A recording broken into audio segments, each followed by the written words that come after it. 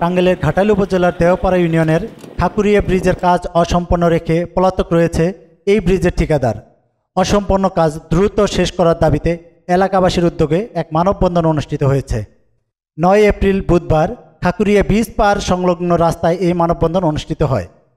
উক্ত মানববন্ধনে উপস্থিত ছিলেন বীর মুক্তিযোদ্ধা বশির উদ্দিন মিলিটারি, দেওপাড়া ইউনিয়ন পরিষদের সাবেক সদস্য আবুল কাশেম, ঘাটাইল উপজেলা বিএনপির যুগ্ম সাধারণ সম্পাদক কোহিনুর ইসলাম, দেওপাড়া ইউনিয়ন বিএনপি সাধারণ সম্পাদক তাজুল ইসলাম তালুকদার, বীর মুক্তিযোদ্ধা নুরুল ইসলাম, ঘাটাইল উপজেলা যুবদলের যুগ্ম আহ্বায়ক জুয়েল রানা, দেওপাড়া ইউনিয়ন কৃষক দলের সভাপতি আব্দুল হাই বুলবুল, দেওপাড়া ইউনিয়ন পরিষদের সদস্য মুক্তার আলী সহ অত্র এলাকার বেশ কয়েকটি স্কুলের প্রায় কয়েক হাজার শিক্ষার্থী, বিভিন্ন সচেতন মহলের নেতৃবৃন্দ, রাজনৈতিক নেতৃবৃন্দ, বিভিন্ন পর্যায়ের পরিবহন শ্রমিক সহ আশেপাশের প্রায় 41টি গ্রামের সাধারণ জনগণ অংশগ্রহণ করেন।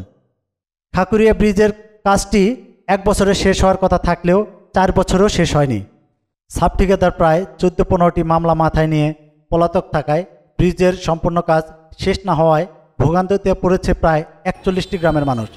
এই ব্রিজের কারণে ইতিমধ্যে একজন নিহত সহ একজন স্কুল শিক্ষার্থী মারাত্মকভাবে আহত হওয়ার ঘটনা ঘটেছে। এছাড়াও এই জায়গায় ছোট বড় অনেক দুর্ঘটনা প্রতিনিয়তই ঘটে বলে জানা গিয়েছে স্থানীয়দের কাছে।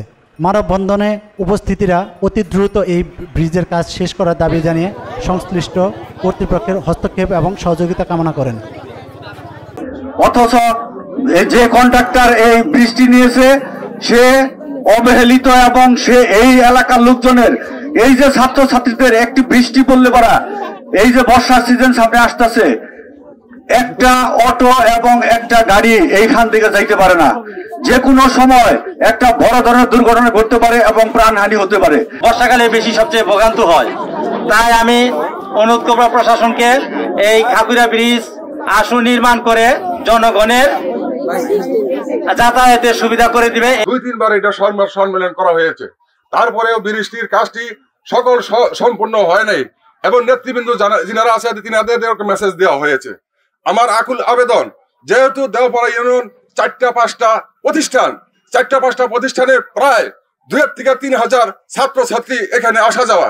আমাদের বাড়ি যেহেতু তালতলা রাস্তা মানে সামনের দিকে, তাই আমরা এই ব্রিজের কোনো মানে দুর্ভোগে কবলে পড়ে, কিন্তু যাদের বাড়ি ওই যে কালিয়া সুলাকি পাড়া বা শিবের পাড়া ওই সাইডে তাদের আসতে অনেক অসুবিধা হয়। তাদের আসার সময় যদি যখন বৃষ্টি পড়ে তখন রাস্তা ব্লক হয়ে যায়, নৌকা পাওয়া যায় না, গাড়ি চলেই না, তো তাদের অনেক অসুবিধা হয়। শিক্ষার্থীদের এবং রোগীদের, বয়স্কদের দুর্ভোগের জন্য হলেও আমাদের এই ব্রিজটি সঠিকভাবে নির্মাণ কাজ চলা চাই। 4 বছর যাবত আমরা দেখতেছি যে এই ব্রিজের কিছু কাজ অর্ধেক সম্পূর্ণ হয়, আবার হয় না। অনেক সময় দেখি আমরা যখন সাধারণ জনগণ হিসেবে যাতায়াত করি তখন দেখি আমরা যে কিছু কাজ হচ্ছে কিন্তু পরবর্তীতে তা আর সম্পূর্ণ হয়ে ওঠে না। আমি চাই যে কর্তৃপক্ষদের কাছে আমার বিনীত অনুরোধ জানাচ্ছি যে আমাদের ঠাকুরিয়া ব্রিজ প্রকল্পে যেন সে কাজটি সমাপ্ত করে এবং এই অসমাপ্ত কাজটি আমাদের অতি দ্রুত যেন আমাদের এই কাজটি সমাপ্ত করে। কেননা সামনে আসছে বর্ষাকাল, এই বর্ষাকালের কারণে আমাদের এখানে এই ব্রিজের চলাচল করা খুবই কষ্টকর হবে। যেমন আমরা স্কুল কলেজের পাশাপাশি যেমন টিউশনি ক্লাস করি তখন আমাদের অনেক ঝামেলা হয়, অনেক সকালে আমাদের আসতে হয়, তখন আমাদের সঠিকভাবে নৌকা বা কোনো কিছু পাওয়া হয় না। তাই আমাদের কাছে বিনীত অনুরোধ জানাচ্ছি যে কর্তৃপক্ষ যেন বিশেষ দায়িত্ব পালন করে এই অসমাপ্ত কাজটি সম্পূর্ণ করে। শেষ হওয়ার কথা আজকে 5 বছর চলছে কিন্তু ব্রিজের কাজ এখনো সমাপ্ত হয়নি, যেটা অত্যন্ত দুঃখের বিষয়।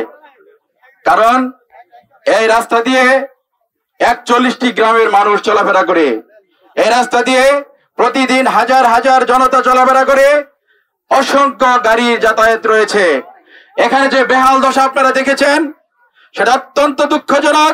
এলাকার জনগণ তাদের নিজস্ব অর্থায়নে ডাইভার্সন করেছে, কিন্তু এখন আর এই রাস্তা দিয়ে চলাফেরা করার কোনো সুযোগ নাই। ভাইয়ের আমার, আপনারা জানেন এই রাস্তায় একজন মানুষ নিহত হয়েছে। এই ব্রিজ যখন কাজ শুরু হয় আমরা মনে করেছিলাম যে আমাদের এলাকার জন্য অত্যন্ত উপযোগী একটা উদ্যোগ সরকার নিয়েছে, সেই হিসাবে আমরা এলাকাবাসী অত্যন্ত খুশি হয়েছিলাম। কিন্তু পরক্ষণে যা দেখতে পারলাম এই ব্রিজের সাথে অন্যান্য যে সমস্ত ব্রিজের কাজ শুরু করেছিল সমস্ত ব্রিজের কাজ শেষ হয়েছে, শুধুমাত্র আমাদের এই ব্রিজটা অবহেলিত ভাবে পড়ে আছে। উপজেলা প্রশাসন কর্তৃপক্ষ, উপজেলা ইঞ্জিনিয়ার কর্তৃপক্ষ, সর্বশেষ আমি অ্যাকশন মহোদয়ের সাথেও আমি যোগাযোগ করেছি। ওনাদের যে ব্যস্ততা, ওনাদের যে উদাসীনতা অত্যন্ত মর্মাহত করেছে। এখানে প্রাণহানি ঘটেছে, এখানে আহত হয়েছে শত শত লোক। আমাদের এই 5,000 ছাত্রছাত্রী এই ব্রিজের মাঝখান দিয়ে চলাফেরা করে, বর্ষা মৌসুম আসলে একটি লোক এখানে পারাপার হতে পারবে না। আর কোন লোক এইখানে প্রাণ দেয়, আর যদি কোন লোক আহত হয়, আমরা আজকে যে শান্তি শৃঙ্খলার মধ্য দিয়ে মানববন্ধন করেছি, আমাদের ধৈর্যের বাঁধ ভেঙে যাবে। আমরা সেই দিন কর্তৃপক্ষকে জানাতে চাই, এর চেয়েও আমরা কঠোর ব্যবস্থা গ্রহণ করব। ঊর্ধ্বতন কর্তৃপক্ষের নিকট বিপুলভাবে আবেদন করছি যাতে বর্ষার সময় আসার আগে এই খাকুড়া ব্রিজটি অসমাপ্ত ব্রিজটি সম্পূর্ণ সমাপ্ত হয়।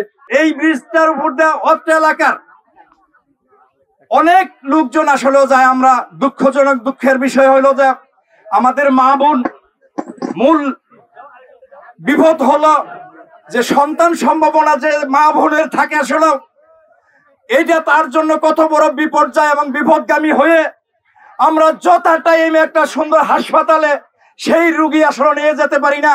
তার মূল কারণ হলো এই খাকুরের প্রতিবন্ধকতা, এই ভাঙ্গনের কারণে মুমূর্ষু কোনো রোগী, আমাদের বাপ চাচা যারা আছে, মা বোন যারা আছে, অসহায় অবস্থায় হঠাৎ করে এখনকার দেশে আসলে স্ট্রোক, প্যারালাইজ অনেক ধরনের রোগী মুহূর্তের মধ্যে আসলে হাসপাতালে স্থান পরিবর্তন করার লাগে।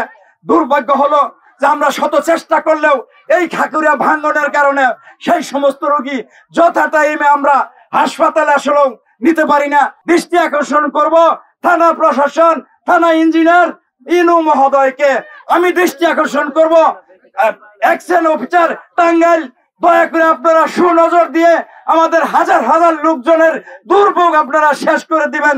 দ্রুত গতিতে বর্ষাকাল আসার আগে এই ব্রিজের কাজ সম্পূর্ণ করে আমাদের সুযোগ সুবিধা করে দিবেন। জীবন আহমেদ রাব্বির পাঠানো তথ্যচিত্রে আমি আসাদ নূর, মিশন 90। মিশন 90 সংবাদের পিছনে নয়, ভিতরে ছুটি।